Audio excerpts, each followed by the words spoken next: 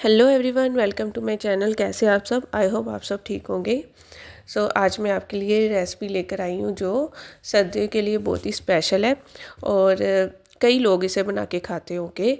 तो ये है बेसन, या कह लो बेसन की पंजीरी।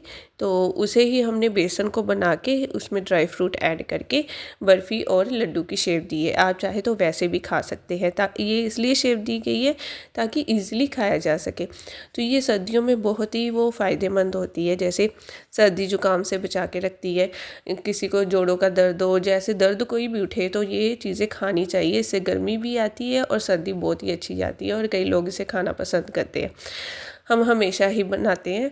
तो इसके लिए जो हमें सिंपल मैंने चीज़ें ली है, जैसे कि बेसन लिया है, ठीक है, शक्कर ली है और मखाने लिए, आलमंड्स लिए और कोकोनट की गिरी जो ड्राई होती है।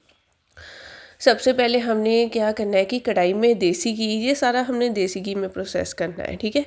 देसी घी ऐड करके थोड़ा सा, और उसमें हमने मखाने जो है वो भून लेने हैं, ठीक है। उसे थोड़ा सा ब्राउन करके हमने फिर उसे अलग निकाल देना है। उसी कढ़ाई में हम और घी लेंगे। तो यहाँ पर मैंने 2 कड़छी घी लिया है। तो 2 कड़छी घी लेकर उसमें हम बेसन ऐड करेंगे। तो घी आप अपने अकॉर्डिंग ले सकते हैं। अगर आप इसे ड्राई पहले भूनना चाहते हैं, पहले ड्राई भून लो और बाद में घी ऐड कर दो। लेकिन हम देसी घी में करते हैं, क्योंकि मेरे हस्बैंड को देसी घी बहुत पसंद है। वो कहते हैं कि गर्मियों में तो खाना नहीं है, सर्दियों में ही खाना होता है।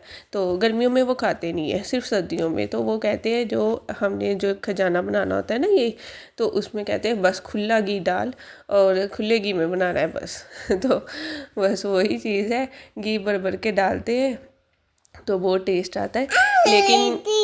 लेकिन मैं ये ज़रूर कहना चाहूँगी कि जो जिनको बीपी की प्रॉब्लम है, जिनका बीपी बढ़ता रहता है, जब कम होता है, तो वो थोड़ा घी से परहेज़ करे, ठीक है। वो अपने अकॉर्डिंग ही घी ऐड करे। तो इसमें ये नहीं है कि हम क्वांटिटी देख के ऐड करें। हम इसमें बहुत ज़्यादा भी ऐड कर सकते हैं और बहुत कम भी ऐड कर सकते हैं। उसका यही होगा, अगर कम ऐड करेंगे तो वो ड्राई ड्राई सी बनती है। तो कई खाते हैं वो अपने अकॉर्डिंग, जिनको घी जैसे मना होता है ना, तो कम ऐड करो, जैसे 1 कड़छी ऐड कर ली। और जिसको कोई प्रॉब्लम नहीं है वो खुल के ऐड करो, क्योंकि सर्दियाँ ही ऐसी है जिसमें हम खुल के घी ऐड खा भी सकते हैं और हमारी बॉडी को भी बहुत लगता है और फ़ायदेमंद भी सर्दियों में ही होता है, ठीक है। तो घी आप अपने अकॉर्डिंग, तो हम तो बहुत डालते हैं क्योंकि हस्बैंड को पसंद है। और दूसरा, मैंने 4 कटोरी यहाँ पर बेसन लिया था और उसके अकॉर्डिंग घी ऐड कर दिया, ठीक है। फिर मैंने आलमंड जो है, पहले तो मैंने वैसे ही काटने शुरू कर दिए, लेकिन कटे नहीं, बहुत हार्ड लग रहे। फिर मैंने कहा चॉपर में ही मैं काट देती हूँ। फिर मैंने चॉपर में ऐसे वो क्या बोलते हैं, नाइफ़ के साथ काट दिए। तो ये काटने के बाद फिर मैंने नारियल की जो गिरी है उसे भी काटना स्टार्ट कर दिया। तो ये देखिए मैंने सारे काट दिए और उसके बाद ये देखिए बेसन जो है वो हमारा बन रहा है। तो उसमें जाली सी बन रही है, ये फूल भी रहा है, ठीक है। तो इसे कड़छी को हमने हिलाते जाना है और इसे भूनते जाना है। जितना भूनेंगे उतना इसका टेस्ट आता है ऊपर के। तो हम इसे मीडियम स्लो से मीडियम गैस के बीच में भूनेंगे। तो ये प्रोसेस थोड़ा सा ज़्यादा ही वो है, मतलब खड़े होने वाला है और टाइम इसे ज़्यादा देना पड़ता है। तो मेरे हस्बैंड मेरी हेल्प करवा रहे थे इसमें, नो डाउट।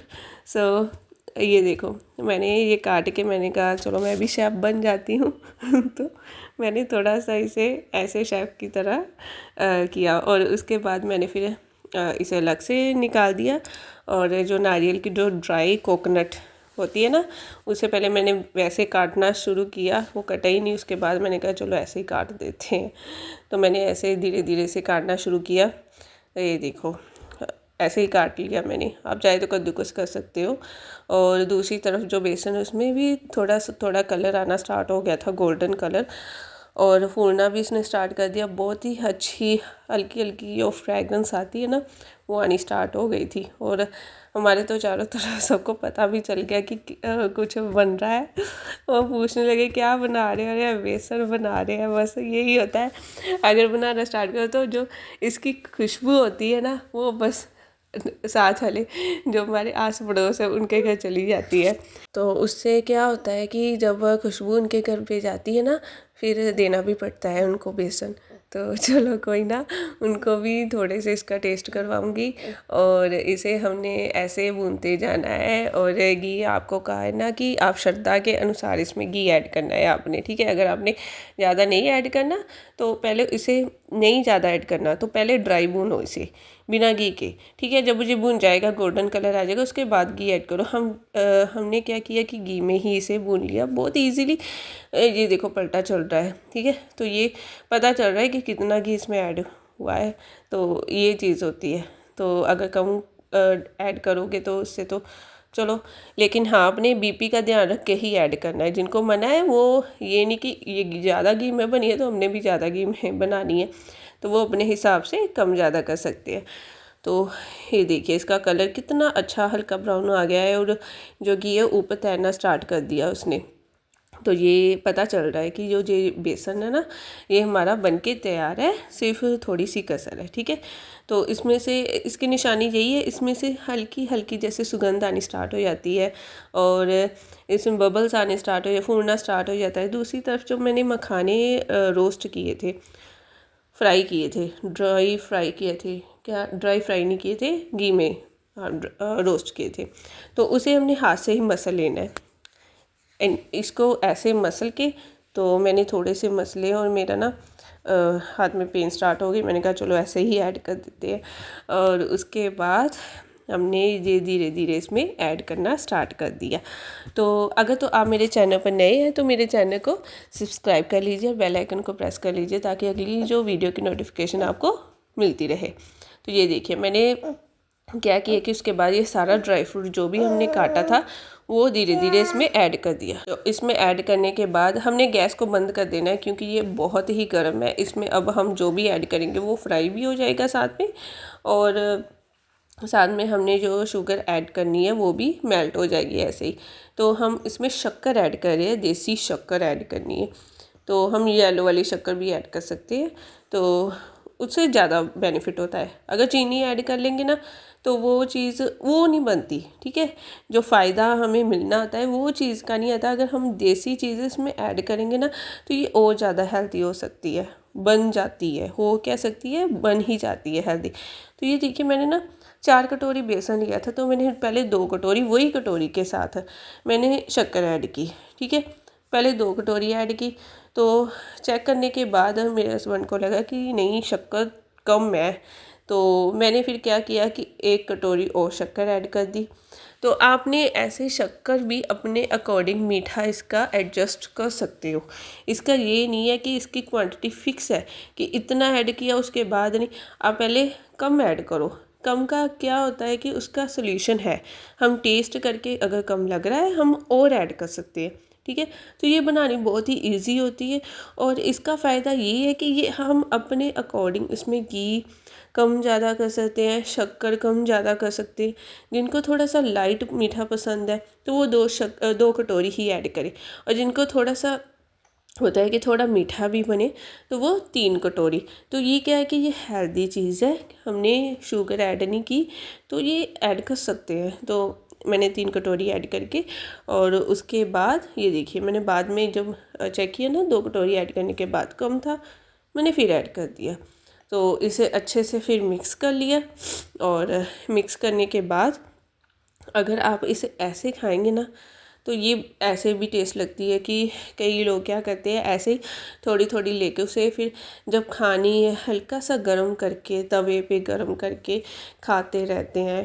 तो मैं यहाँ पर इसे शेप दूंगी लड्डू की या बर्फ़ी की, क्योंकि इजीली फिर पता क्या होता है एक क्वांटिटी फ़िक्स हो जाती है कि हमने इतनी क्वांटिटी, जैसे रोज़ का 1 लड्डू खा लिया, तो वो चीज़ होती है। अगर खुले में खाए ना फिर पता नहीं चलता, फिर ज़्यादा भी खाई जाती है।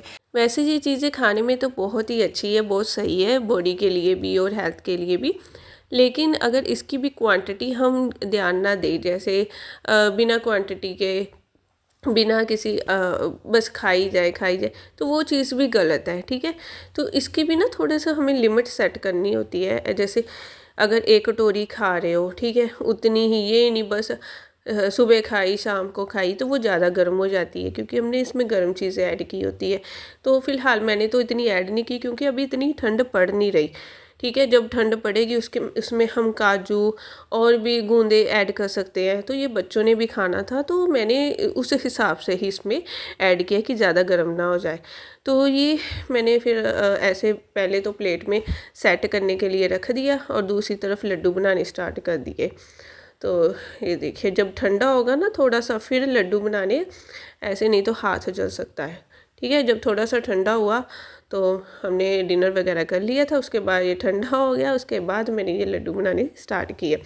थोड़े से मैंने लड्डू बनाए और उसके बहुत ही ना छोटी शेप दी, ताकि बच्चे जब खाएं तो मुझे पता हो कि हाँ इतने खा रहे हैं, तो इतनी की क्वांटिटी बच्चों में जा रही है, ज़्यादा गर्म भी ना हो। तो उसके बाद मैंने हस्बैंड को कहा कि बर्फ़ी की शेप दे दो, तो उन्होंने ये देखो क्या पहले ना इसका स्क्वायर शेप बना दिया, स्क्वायर शेप में बना दी ये बर्फ़ी। और बस ये मैंने कहा ये क्या कि अब बाकी की शेप जो साइड की वो कहाँ जाएगी। तो ये देखो, ये देखिए, उसके बाद मैंने जब कहा कि ये कैसी शेप है, तो उन्होंने फिर से इसे सेट कर दिया, कह रहे खुद कर ले, मेरे से नहीं होता। तो ये देखो वो सेट कर रहे हैं, कह रहे मैंने फिर पहले जैसा कर लिया अब खुद कर ले, ये कह के वो चले गए। उसके बाद ये देखो कैसे फिक्स कर रहे हैं। और मैंने उसके बाद लड्डू बना के फिर मैंने बर्फ़ी की शेप दी। तो ये देखिए, मैंने दोबारा फिर बर्फ़ी की शेप दी। तो आप ऐसे इसे शेप देके तो इसकी जो क्वांटिटी है वो सेट कर सकते हैं। ठीक है, हमें पता लग जाता है हमने इतना खाया है। ये देखिए कितना अच्छा, मतलब बर्फ़ी की शेप में बन के तैयार हो गई है और इजीली खाया भी जाता है। तो ऐसे करके हमने बना लिया। तो ये खाने में बहुत टेस्टी है, चाय के साथ खाइए, सुबह नाश्ते में खाइए, बहुत अच्छा लगता है। तो सर्दियों में तो ये चीज़ें ज़रूर खानी चाहिए, क्योंकि इससे एक तो इनका जो हेल्थ बेनिफिट है सर्दियों में तो बहुत मिलता है। जो हमारी पुरानी दर्दें होती है, जो जिन लेडीज़ का ऑपरेशन भी हुआ होता है जैसे डिलीवरी के बाद, तो उनके लिए भी ये फ़ायदेमंद है। और दूसरी तरफ जो बच्चों के लिए भी बहुत फ़ायदेमंद है, जैसे उनको सर्दी जुकाम हो जाता है तो उनको ऐसी चीज़ें देनी ज़रूर चाहिए जिससे कि बच्चे जो है बचे रहते हैं इन चीज़ों से, सर्दी जुकाम से। ठीक है, तो आप ये जो रेसिपी है ज़रूर ट्राई करके देखिएगा। और अगर आपको ये वीडियो अच्छी लगी हो तो मेरी वीडियो को लाइक और शेयर करें, और मेरे चैनल को सब्सक्राइब करना मत भूलिएगा। मिलते हैं नेक्स्ट वीडियो में एक नई रेसिपी के साथ। तब तक के लिए stay healthy, keep cooking and keep smiling. Thank you.